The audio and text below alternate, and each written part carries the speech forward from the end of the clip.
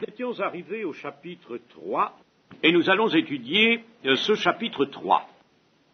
Alors, nous le lirons par fraction pour bien rester en contact avec le texte. Nous lirons d'abord les 2 premiers versets. Écoutez cette parole que l'Éternel prononce contre vous, enfants d'Israël, contre toute la famille que j'ai fait monter du pays d'Égypte. Je vous ai choisi, vous seuls, parmi toutes les familles de la terre. C'est pourquoi je vous châtierai pour toutes vos iniquités. Nous allons d'abord étudier ces 2 versets. Hélas, le peuple d'Israël s'était installé à son gré dans son élection.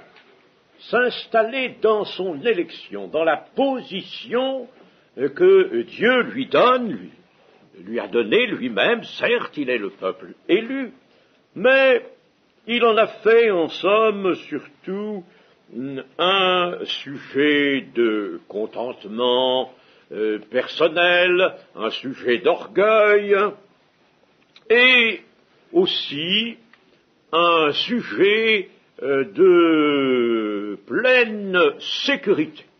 Il est le peuple de Dieu, il n'a rien à craindre, on pourrait dire ça c'est la foi, oui, à condition de justifier constamment que l'on est le peuple de Dieu. Et ce n'était pas le cas de ce royaume d'Israël, qui était une part du peuple élu, qui le savait bien, mais cela le conduisait à des désordres très graves. D'abord, il se reposait dans le plaisir, dans le luxe, comme nous l'avons vu, et par conséquent dans l'insouciance, en cédant à toutes les aspirations charnelles, à toutes les convoitises qui pouvaient l'atteindre, et en se livrant à l'apostasie, à l'idolâtrie, l'apostasie. Je dis l'apostasie parce que le culte du veau d'or était un culte qu'il destinait à l'Éternel, sous cette forme-là. Et c'est bien là le propre de l'apostasie. Dans le christianisme, on n'a pas écarté Jésus-Christ. Toutes les formes du christianisme ont bien gardé naturellement Jésus-Christ. Ils ont gardé aussi Dieu le Père, mais ils le servent à leur manière. Et ils le servent par des voies qui sont absolument celles que l'homme s'est lui-même données, qui sont des voies purement charnelles, des voies dans lesquelles l'homme trouve son contentement charnel, le contentement de son âme, et il n'y a plus rien pour l'esprit, telles sont les formes généralement traditionnelles du christianisme. Il y avait en somme là une apostasie dans ce royaume d'Israël, outre bien sûr les faux dieux qui étaient venus des peuples voisins. Mais il y avait à la base, n'est-ce pas, une très grave apostasie. Alors étant le peuple élu, Israël veut jouir de tout ce qui l'attire. Il se met à l'ombre de l'Éternel. Ça c'est bien dit dans la parole de Dieu, n'est-ce pas, à l'ombre du Très-Haut. Et il se met, lui, mais faussement à l'ombre du Très-Haut, parce qu'il se met à l'ombre, non pas pour lui être fidèle, mais pour se couvrir de l'impunité qu'il s'attribue en tant que peuple de Dieu. Il s'attribue, lui, des grâces. ils s'attribuent des privilèges, des avantages. Voilà comment ils se mettent à l'ombre de l'Éternel, non pas par la fidélité. Il vit en somme d'illusions. Alors, précisément, dit le Seigneur par la bouche du prophète Amos, c'est parce que je vous ai choisi, ou élu, entre toutes les familles de la terre, que je vous châtierai sans ménagement pour toutes vos iniquités. Entre le peuple de Dieu et l'Éternel, il y a une alliance. Nous l'avons déjà dit, il faut bien considérer ceci. Nous sommes entrés, l'Église elle-même, n'est-ce pas, et ça a toujours été la voie de Dieu, l'Église est entrée dans une alliance, nous sommes pris dans une alliance. Et bien sûr, nous ne sommes pas par conséquent libres de décider nous-mêmes de ce que nous avons à faire, ou quelle sera notre conduite, notre comportement, ce qu'il y aura dans notre cœur. C'est l'Éternel qui en a décidé d'avance. Et tout cela se trouve dans l'alliance. Pour nous, c'est la nouvelle alliance. Mais ce peuple de Dieu, autrefois, était lui aussi dans une alliance. L'élection et la délivrance que Dieu lui avait attribuée augmentaient tout simplement sa culpabilité. Les mêmes choses chez les peuples voisins étaient coupables, mais là, dans le peuple de Dieu, dans le peuple de l'Alliance, c'était bien davantage coupable. Chers amis, je n'ai pas un mot à retirer de cela pour l'Église. Exactement la même chose. Exactement la même chose. Nous sommes plus coupables que d'autres hommes, bien plus coupables, et nous allons le préciser même, bien plus coupables que d'autres hommes, nous qui sommes entrés dans l'alliance avec le Seigneur. Nous allons d'ailleurs relire les reproches que Jésus adresse à des villes impénitentes de son temps, du temps où il était sur la terre. Alors, Matthieu 11, verset 20.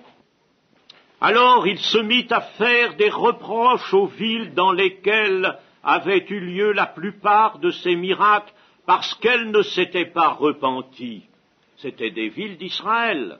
Malheur à toi, Chorazine, malheur à toi, Bethsaïda, car si les miracles qui ont été faits au milieu de vous avaient été faits dans Tyr et dans Sidon, donc des villes qui n'étaient pas du peuple de Dieu, n'est-ce pas ?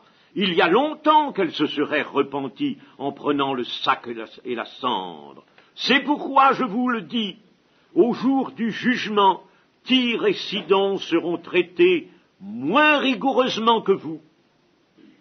Et toi, Capernaum, seras-tu élevé jusqu'au ciel? Non, tu seras abaissé jusqu'au séjour des morts. Car si les miracles qui ont été faits au milieu de toi avaient été faits dans Sodome, elles subsisteraient encore aujourd'hui. C'est pourquoi, je vous le dis, au jour du jugement, le pays de Sodome sera traité moins rigoureusement que toi. Alors vous voyez, n'est-ce pas, que les privilèges, les grâces que Dieu apporte au peuple élu lui font en quelque sorte une obligation d'être fidèle, et s'il manque à être fidèle, sa culpabilité est plus grande.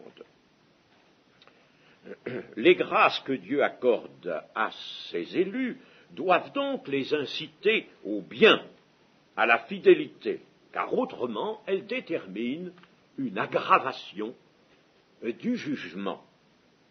Nous pourrons consulter encore l'épître aux Hébreux, chapitre 10. chapitre 10, verset 25. N'abandonnons pas notre assemblée, comme c'est la coutume de quelques-uns, mais exhortons-nous réciproquement, et cela d'autant plus que nous voyons s'approcher le jour. Car si nous péchons volontairement, après avoir reçu la connaissance de la vérité, il ne reste plus de sacrifice pour les péchés, mais une attente terrible du jugement et l'ardeur d'un feu qui dévorera les rebelles. Voyez-vous, les membres du peuple élu deviennent des rebelles. Les gens du monde sont dans la rébellion, mais là c'est une rébellion au second degré. Celui qui a violé la loi de Moïse meurt sans miséricorde sur la déposition de 2 ou de 3 témoins. De quel pire châtiment pensez-vous que sera jugé digne celui qui aura foulé aux pieds le Fils de Dieu, qui aura tenu pour profane le sang de l'alliance, par lequel il a été sanctifié, et qui aura outragé l'esprit de la grâce? Car nous connaissons celui qui a dit « À moi la vengeance, à moi la rétribution », et encore « Le Seigneur jugera son peuple ». C'est une chose terrible que de tomber entre les mains du Dieu vivant. Il est évident que ce passage est particulièrement sévère, alarmant. Il veut être alarmant. Alors peut-être, puisque nous l'avons lu, vous faut-il quelques mots d'explication. Car si nous péchons volontairement après avoir reçu la connaissance de la vérité, il ne reste plus de sacrifice pour les péchés. Alors il s'agit là d'une rechute. Il s'agit d'une rechute qui éloigne délibérément celui qui la commet de la vérité. Il s'agit en somme d'un rejet du salut. Retomber dans le péché, si nous péchons volontairement, c'est-à-dire si nous retombons dans la situation qui était la nôtre avant notre conversion, ou qui est celle des gens aveuglés du monde qui vivent volontiers dans le péché. Alors si nous retombons dans cette situation, c'est ce que veut dire le texte quand on l'éclaire par le contexte. Il s'agit d'un rejet du salut qui rend l'homme beaucoup plus coupable que s'il n'avait jamais connu la vérité. Et ce rejet peut venir comment? Eh bien, il peut venir en conséquence d'un abandon progressif de la foi et d'un retour également progressif aux pratiques du péché. Les pratiques du péché peuvent peu à peu se réinstaller dans la vie de quelqu'un qui a été authentiquement chrétien, qui est chrétien, et alors elle s'amplifie, elle constitue un retour à la vie de péché. C'est cela que le texte signale, et à ce moment-là, alors l'homme est définitivement rejeté, il ne peut plus y avoir une seconde régénération. Mais le jugement sera alors bien plus sévère. Le jugement sera terrible pour un tel homme. Il y a donc une aggravation du jugement pour ceux qui ont été éclairés. Nous revenons au prophète Amos, toujours au chapitre 3, et nous allons lire les versets 3 à 8.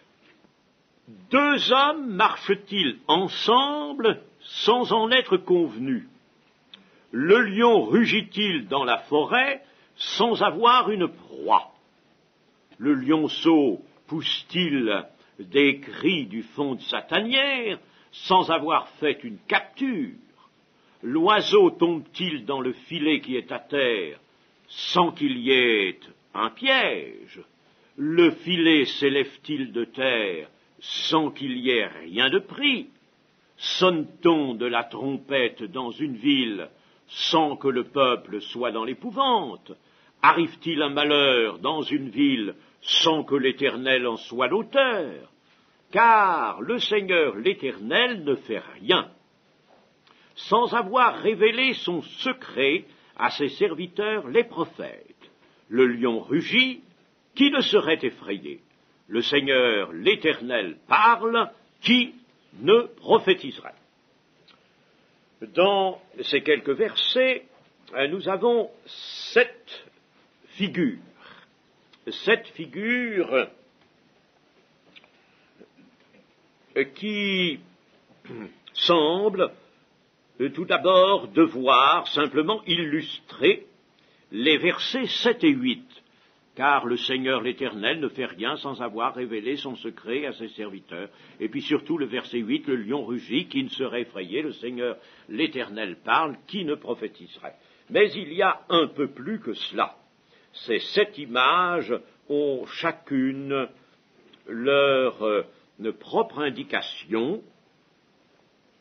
Alors, nous allons les regarder un peu en détail, quoique rapidement. Le verset 3. Deux hommes marchent-ils ensemble sans en être convenus? C'est assez simple, évidemment, quand deux personnes marchent ensemble, c'est qu'ils le veulent bien, n'est-ce pas? Et puis qu'ils sont d'accord pour aller à une destination, à la même destination ensemble. Alors, bon, cela étant,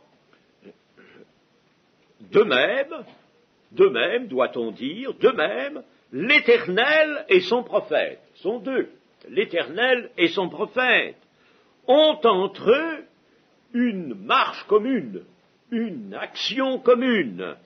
Le prophète et l'ouvrier avec Dieu, ils sont ensemble, ils sont, si je puis dire, n'est-ce pas, en prenant le terme de cette figure, ils sont convenus ensemble, ils font une marche ensemble, et là, le prophète, le Saint-Esprit, disons, veut nous montrer que lorsque l'Éternel se sert d'un homme pour prophétiser, eh bien, c'est bien lui qui est là dans cette action-là. C'est bien l'Éternel. Il y a l'homme qui parle, bien sûr, et qui va même animer cette prophétie par toute la force qui coule en lui, venant de Dieu. Alors, il y a, en somme, une collaboration étroite entre Dieu et son prophète. Le verset 4. 4, alors il y a deux figures dans le verset 4. Prenons la première. Le lion rugit-il dans la forêt sans avoir une proie? Alors, dans la forêt, lorsque le lion aperçoit une proie, il commence à pousser un rugissement effrayant qui fait trembler, parce que ce rugissement va faire justement effrayer la proie et en quelque sorte la paralyser.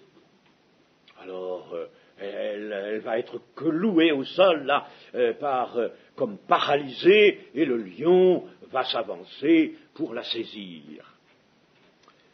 Alors, de même, puisque c'est une image, de même, si l'Éternel parle avec force, comme le lion pousse un rugissement, c'est qu'il y a une proie, c'est-à-dire, c'est qu'il y a un coupable.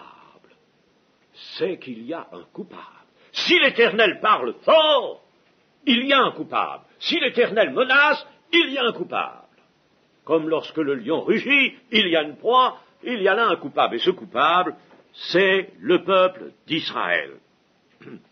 Alors, la deuxième partie du verset 4, le lionceau pousse-t-il des cris du fond de sa tanière sans avoir fait une capture? Alors là, c'est le lionceau, le petit du lion, il pousse des cris de satisfaction à ce moment-là.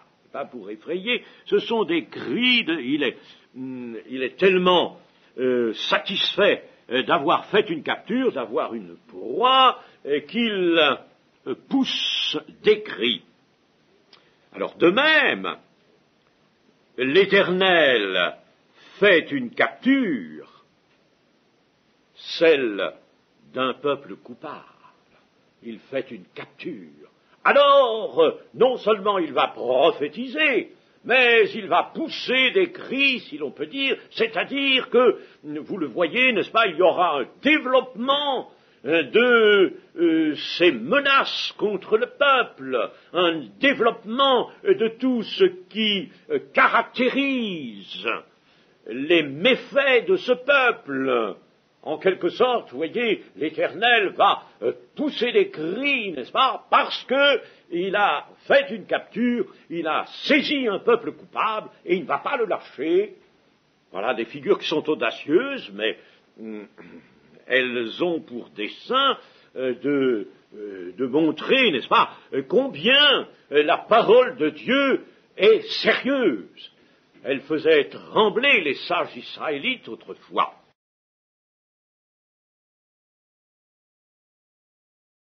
Nous arrivons au verset 5.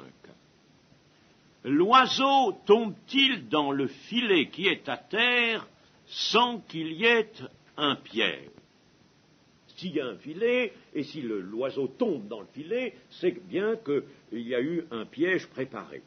De même, alors que l'oiseau tombe tout à coup dans le filet, parce qu'il y a eu un piège, de même Israël tombera soudain sous le coup du châtiment de Dieu, parce que Dieu n'a pas, si vous voulez, littéralement tendu un piège, mais Dieu a patienté, Dieu a attendu, Dieu a observé, et puis il finira, n'est-ce pas, par prendre son peuple soudain, la soudaineté, n'est-ce pas, du filet qui saisit l'oiseau, qui prend l'oiseau. Ce sera la soudaineté des jugements, des châtiments qui frapperont le peuple de Dieu. Le filet s'élève-t-il de terre sans qu'il y ait rien de pris? C'est parallèle un peu. Israël sera captif comme l'oiseau pris au piège.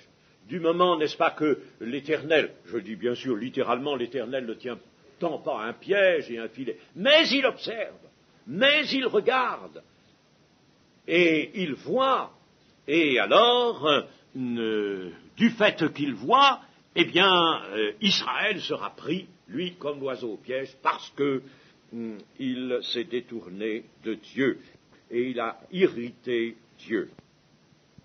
Le verset 6. Sonne-t-on de la trompette dans une ville, sans que le peuple soit dans l'épouvante?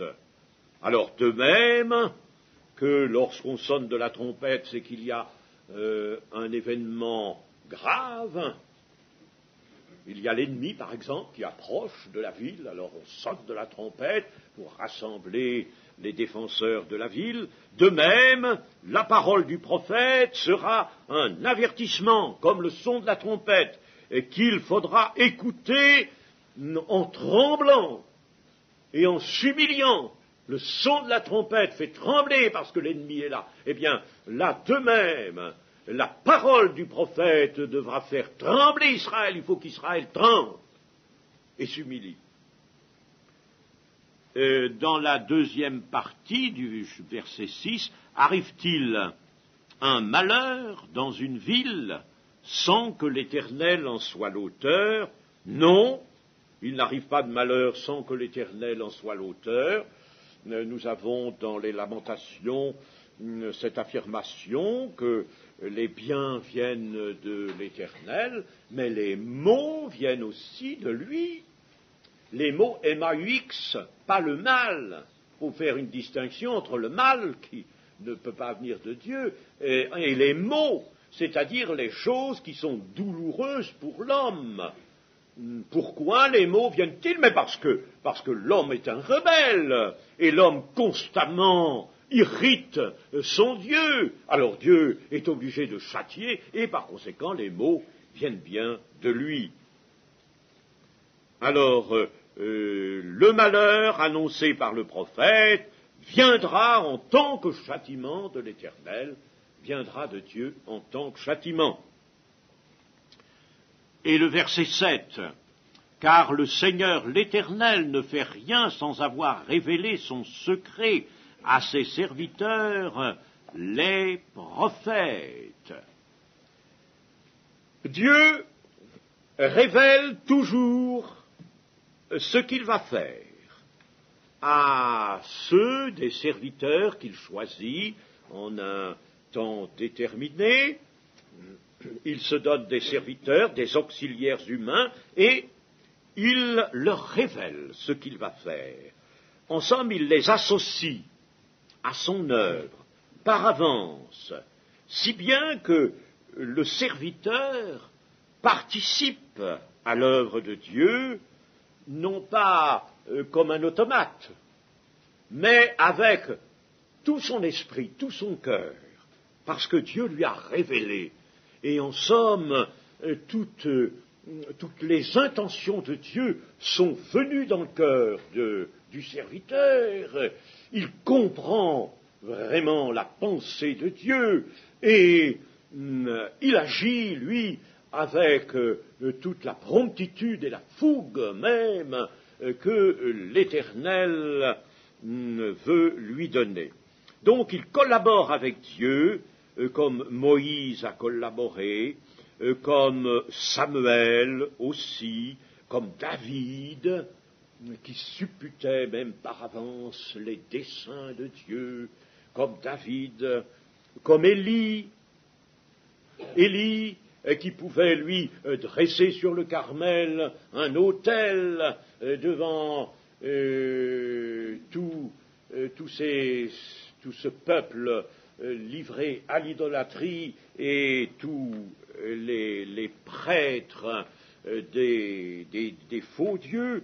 Et alors, il pouvait même arroser son autel et la victime avec beaucoup d'eau, et puis il pouvait demander à l'Éternel de faire descendre le feu, et l'Éternel le faisait.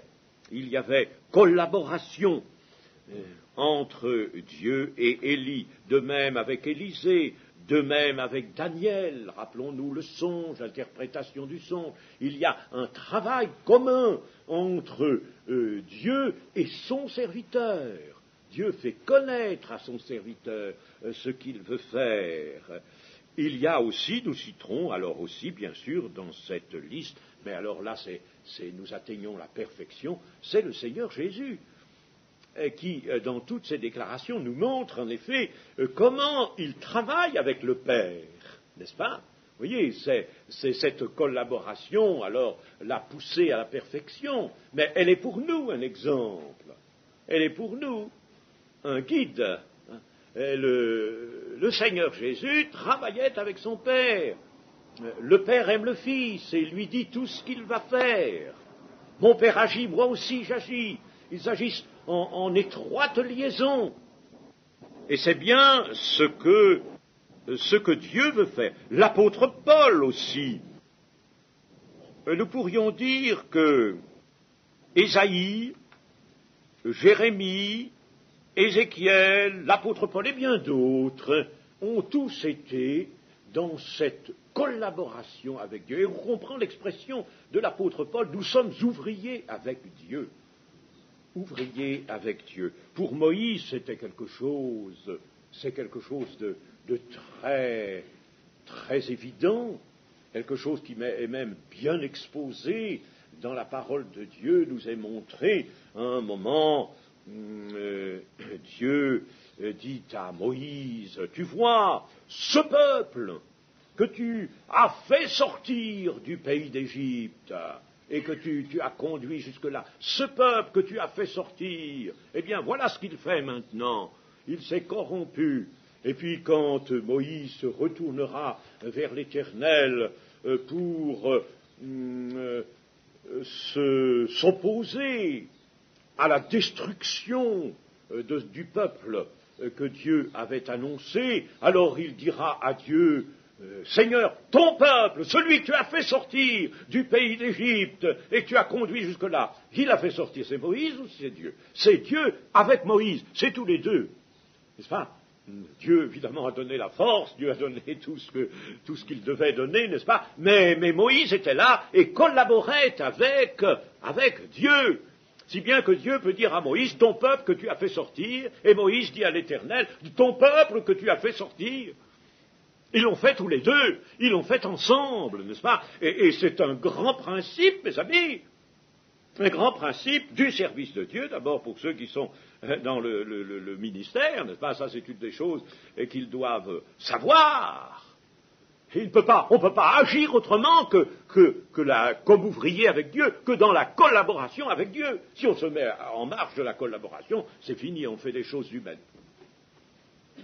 Mais même dans l'Église, pour tout le monde, vous ne pouvez pas être des témoins du Seigneur en dehors de la collaboration avec Dieu. Quand Paul dit nous sommes ouvriers avec Dieu, il ne le dit pas pour lui seulement, il le dit pour les chrétiens. C'est une collaboration avec Dieu. Et c'est pourquoi, d'ailleurs, une des grandes raisons pour lesquelles, pour être témoin, pour avoir la parole du témoignage et pour avoir, disons, aussi l'attitude du témoignage, la vie sainte du témoin, eh bien, il faut être baptisé dans le Saint-Esprit. Vous recevrez le Saint-Esprit survenant sur vous et vous serez mes témoins. Il faut cela, parce que le témoignage est une véritable collaboration avec Dieu, sans quoi il n'est rien du tout. Toute œuvre qui n'est pas dans la collaboration avec Dieu est une œuvre fausse et purement charnelle. Alors, mes amis, attention. Attention, n'est-ce pas, quand nous voulons témoigner, il ne s'agit pas de dire, oh, mais je vais aller ceci, je vais faire cela, je vais lui dire ceci, je vais lui dire cela. Bon, ben va, puis tu verras bien, tu feras rien du tout. Ce sera zéro. Ton fruit sera absolument inexistant.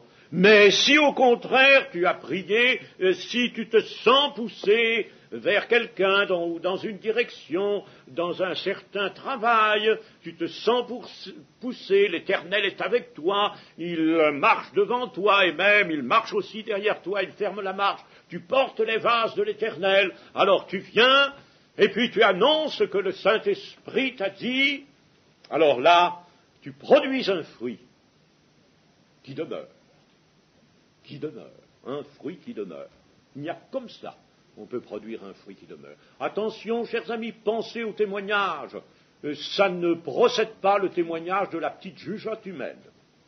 Ça n'a rien à faire avec la petite jugeote, avec les petites décisions humaines. Hein. Le témoignage, il faut aller le chercher en haut. Il n'y a que par l'Esprit de Dieu, constamment présent, constamment puissant en nous, que nous pouvons être les témoins du Seigneur.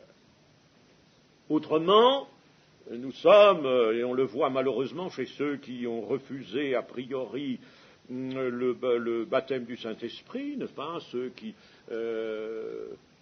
en somme, retirent au Saint-Esprit une grande partie de son office, alors on le voit chez ceux-là, qu'est-ce qu'ils sont? Ils sont des avocats. Ils sont des répétiteurs de la Bible, ils ont appris des versets par cœur et puis ils viennent les dire. C'est pas mal, vous me direz. C'est pas mal, mais ça ne fait rien. C'est sans force. Ça ne fait absolument rien. Et quelquefois, alors, n'est-ce pas, ils viennent apporter des perles qu'ils jettent à des chiens, et les chiens, ou des pourceaux, et les pourceaux se retournent contre eux et les mordent. Il faut absolument, chers amis, que tout dans la vie chrétienne, et surtout l'œuvre du témoignage, soit surnaturel. Tout est surnaturel dans la vie chrétienne. Nous avons, nous, une position naturelle sur cette terre. Mais dans notre être, qui est encore naturel par le corps, et notre vie sur la terre qui est encore naturelle puisqu'elle ressemble à la vie des autres hommes, je veux dire les contingences de la vie, n'est-ce pas? La satisfaction des besoins courants de la vie, oui. Eh bien, dans ce naturel surgit le surnaturel de Dieu. Et c'est ainsi qu'il y a des chrétiens et qu'il y a des témoins de Christ. Autrement, il n'y en a pas. Donc, nous disions que Dieu révèle ce qu'il va faire. Puis, dans le verset 8, le lion rugit, qui ne serait effrayé? Le Seigneur l'Éternel parle, qui ne prophétiserait? Le lion rugit, qui ne serait effrayé. Alors là, c'est déjà pour nous faire entendre que le rugissement du lion qui est de nature à effrayer, eh bien, nous fait penser à la parole d'avertissement de l'Éternel, qui, elle aussi, devrait nous effrayer, nous faire trembler. Amos l'a reçu, et alors, dans la deuxième phrase du verset 8, le Seigneur l'Éternel parle, qui ne prophétiserait? Amos fait allusion à sa position, à sa situation actuelle. L'Éternel a parlé, alors il est dans la contrainte, il est obligé, lui, de prophétiser. Il entend, en somme, la parole de l'Éternel le premier, c'est lui qui en est effrayé le premier, alors il est contraint de prophétiser, comme ont été contraints les autres prophètes, Ésaïe par exemple, Jérémie, Ézéchiel et d'autres, et même l'apôtre Paul. Tenez, nous allons pouvoir regarder ça dans des textes. Ces prophètes, et même vous voyez dans le Nouveau Testament, je prends l'apôtre Paul comme exemple, eh bien tous, n'est-ce pas, tous ces ouvriers avec Dieu, tous ces envoyés de Dieu, connaissent cette contrainte qu'exerce sur eux la parole de Dieu, une contrainte. Il faut qu'il y ait cette contrainte. Alors nous allons lire par exemple Jérémie 20. Jérémie 20, verset 7. Alors, nous allons voir là les plaintes du prophète, parce que dans le fond, n'est-ce pas, ça l'éprouve beaucoup, lui, le prophète, cette affaire-là. Mais c'est nécessaire. Tu m'as persuadé, Éternel, et je me suis laissé persuader. Tu m'as saisi, tu m'as vaincu. C'est-à-dire dans ses résistances, n'est-ce pas, il a été obligé d'abandonner ses résistances. Et je suis chaque jour un objet de raillerie, devant évidemment les autres à qui il apporte la parole de l'Éternel. Tout le monde se moque de moi, car toutes les fois que je parle, il faut que je crie. Voyez-vous, l'Éternel rugit. Il faut que je crie, il faut, il ne peut pas faire autrement. Il faut que je crie. Et que je crie à la violence et à l'oppression. Et la parole de l'Éternel est pour moi un sujet d'opprobre et de risée chaque jour. Ah, ça, évidemment. Si je dis « je ne ferai plus mention de lui », je ne parlerai plus en son nom, quelquefois l'idée lui vient dans son cœur « ah ben je vais m'arrêter quand même, je ne vais plus prophétiser ». Ah non, c'est véritablement trop éprouvant de cela. Alors, si je dis ça, il y a dans mon cœur comme un feu dévorant qui est renfermé dans mes os, je m'efforce de le contenir et je ne le puis pas. Voyez-vous la contrainte? Il essaie de contenir la parole, il ne peut pas, il faut qu'il crie. Il faut qu'il a crié la parole de l'Éternel. C'est une nécessité. Car j'apprends les mauvais propos de plusieurs, l'épouvante qui règne alentour, accusez-le et nous l'accuserons, tous ceux qui étaient en paix avec moi observent si je chancelle. Peut-être se laissera-t-il surprendre et nous serons maîtres de lui, nous tirerons vengeance de lui. C'est bien là encore, n'est-ce pas, dans cette circonstance-là, je le dis en passant, que Jérémie est un type de Christ. Il en a beaucoup, n'est-ce pas, qui sont à certains égards des types annonciateurs de Christ. En effet, n'est-ce pas, Christ sera lui-même épié. Oh, si on avait pu trouver un moment, une circonstance dans laquelle il est chancelé, alors on aurait eu tout de suite le bon prétexte pour mettre la main sur lui. Mais l'Éternel est avec moi, comme un héros puissant. C'est pourquoi mes persécuteurs chancellent et n'auront pas le dessus. Ils sont remplis de confusion pour n'avoir pas réussi. Ce sera une honte éternelle qui ne s'oubliera pas. Mais enfin, vous voyez, n'est-ce pas, la position du prophète Jérémie. Dans un autre passage, le prophète Jérémie dira à l'Éternel, « Mais tu mets ta fureur en moi. » En tant qu'homme, naturellement, je n'ai pas de colère, je n'ai pas de fureur, mais c'est la fureur de l'Éternel qui vient en moi, et je suis obligé de la manifester. La contrainte, c'est comme ça que Dieu se sert des hommes. Alors vous me direz, c'est l'Ancien Testament. Eh bien, voyons un petit peu l'apôtre Paul, alors, dans 1 Corinthiens 9, 16, si c'est l'Ancien Testament. 1 Corinthiens 9, 16. Si j'annonce l'Évangile, ce n'est pas pour moi un sujet de gloire, car la nécessité m'en est imposée, et malheur à moi si je n'annonce pas l'Évangile. Si je le fais de bon cœur, j'en ai la récompense. Mais si je le fais malgré moi, c'est une charge qui m'est confiée. Quelle est donc ma récompense? Celle d'offrir gratuitement l'Évangile que j'annonce, sans user de mon droit de prédicateur de l'Évangile. Voyez, n'est-ce pas? Malheur à moi si je n'annonce pas l'Évangile. Je suis obligé, je ne peux pas. J'irai contre une force qui me saisit et qui m'oblige à annoncer l'Évangile. Je voudrais bien, moi, que tous les évangélistes sentent cette force-là, non pas? Oui, que tous ceux qui parlent de la part de Dieu sentent cette force. Et vous voyez, quelquefois, quand on se met un petit peu en colère, eh bien, c'est pas sa colère à soi, mais véritablement, n'est-ce pas, le Seigneur nous fait passer l'indignation qui est la sienne. On ressent l'indignation du Seigneur.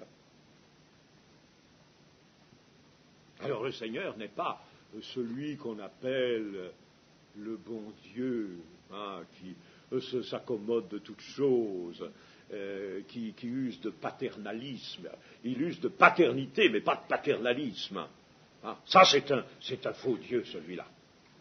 Mais le véritable Dieu, lorsqu'il voit que les âmes se détournent du droit chemin, il est indigné et sa colère s'enflamme. Alors il le dit.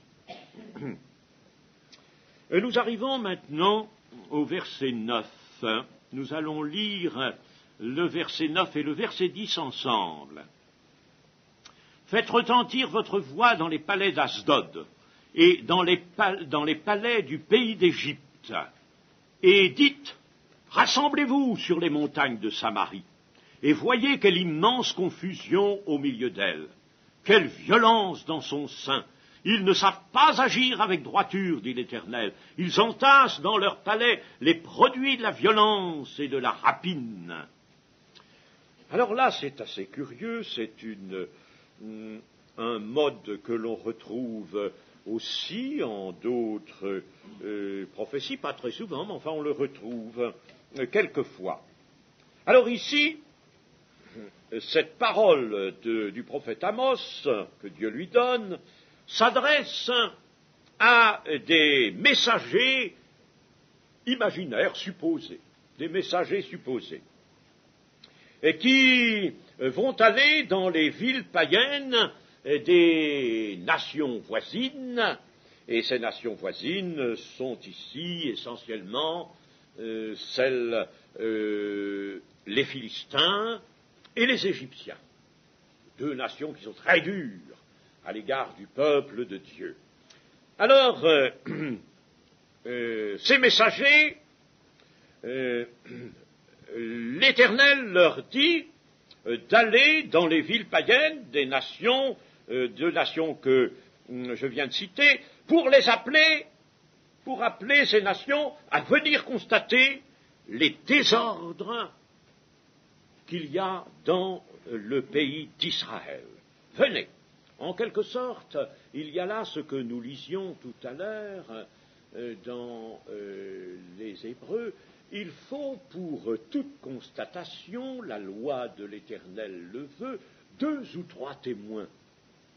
Et c'est quelque chose d'analogue ici, n'est-ce pas? Alors, les témoins, Dieu les prend en dehors d'Israël, naturellement, et il les prend parmi les ennemis les ennemis irréductibles, là, les Philistins et les Égyptiens. Alors venez vous, venez peuple à côté, venez voir un peu ce que me fait mon peuple.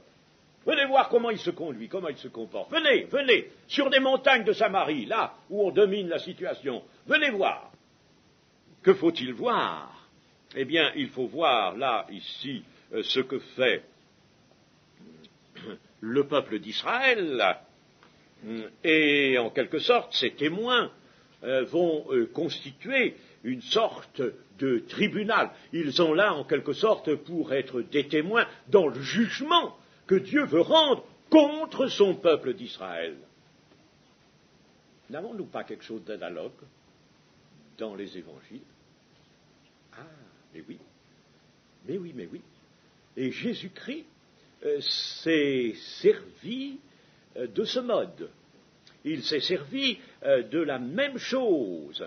Et par conséquent, n'est-ce pas, il faut bien reconnaître que ce mode est celui de Dieu et qu'il en usera. Lisons simplement un passage de Matthieu, chapitre 12.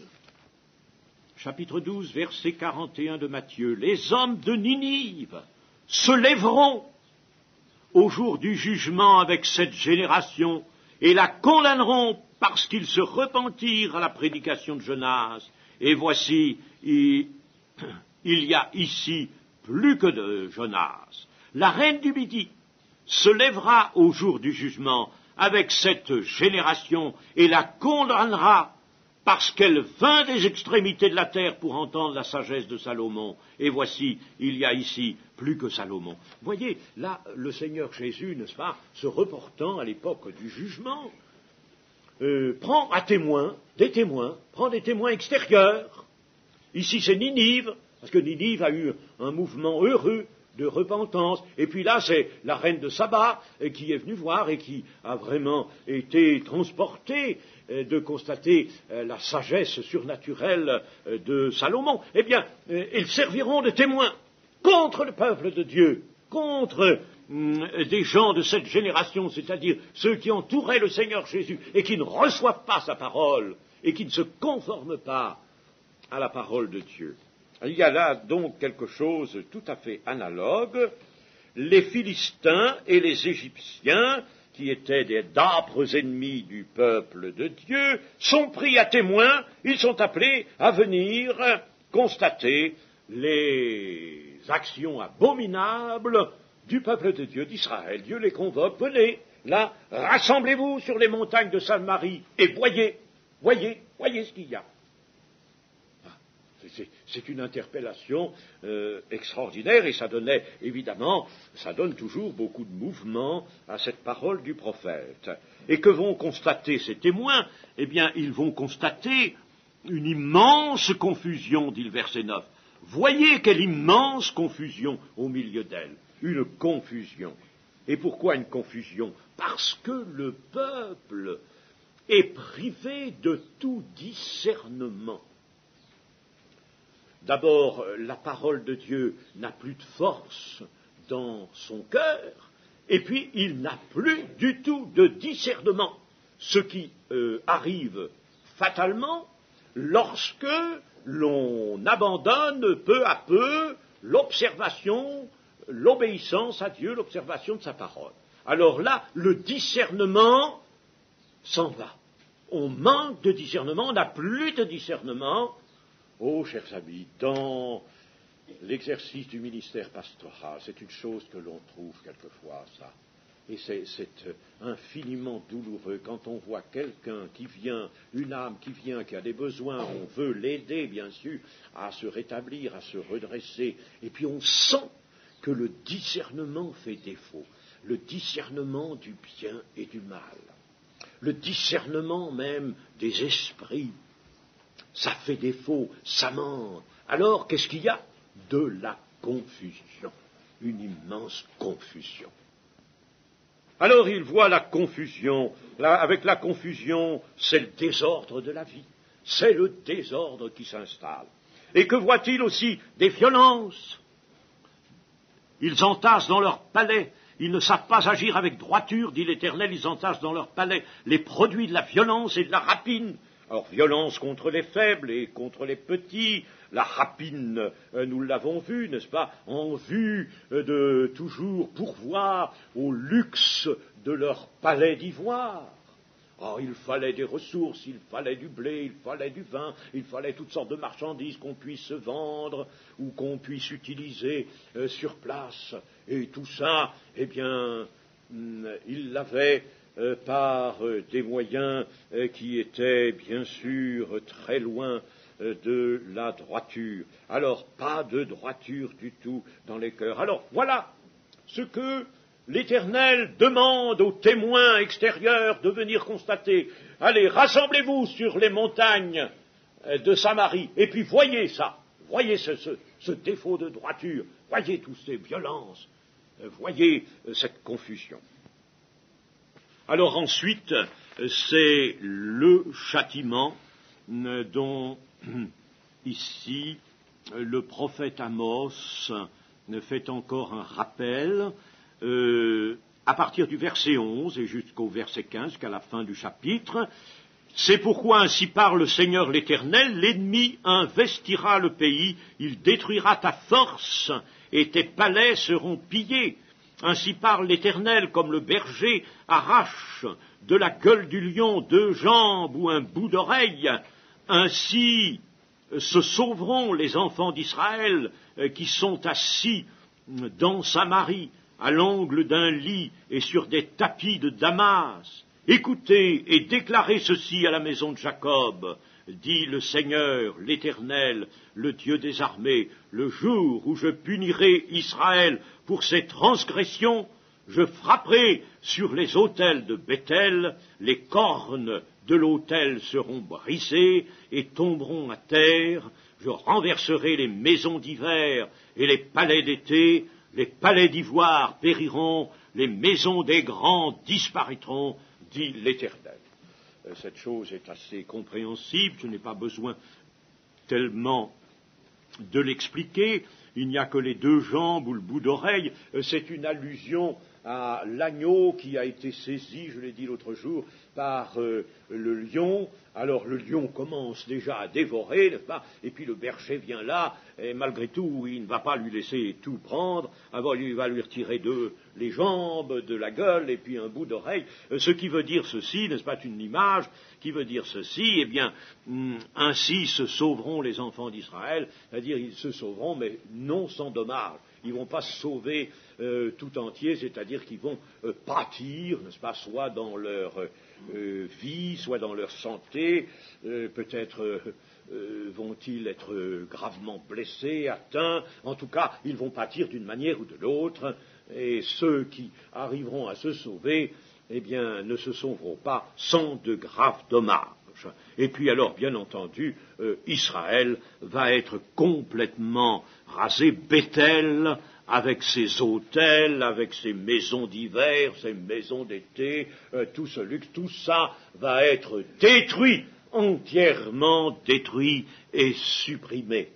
Le Seigneur ne laisse pas subsister sur cette terre et ne laissera pas subsister ce qui a fait l'orgueil, ce qui a été le cadre des malversations, des transgressions de son peuple.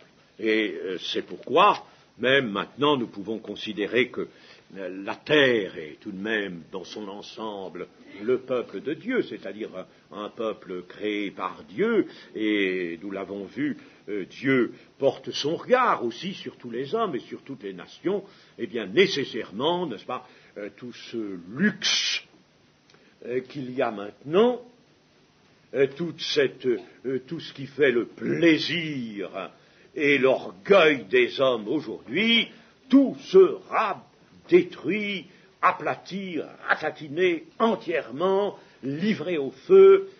Déjà, Ésaïe nous le dit lui-même dans son chapitre 2. Voilà, chers amis, des choses que nous avons à savoir. Il faut que nous les sachions. Il faut que notre foi s'attache à ces choses, car c'est encore nous, ici, que l'Éternel prévient de ce qu'il va faire, non pas seulement sur le peuple d'Israël, cela il l'a fait, mais il va le faire sur la terre. Et prenons garde, nous, de bien rester un peuple étranger sur la terre. Étranger, nous avons une autre destinée. Nos destinées vont se séparer. Nous sommes un peuple étranger sur la terre, un peuple pèlerin. Et nous avons pour cité la cité céleste. Amen.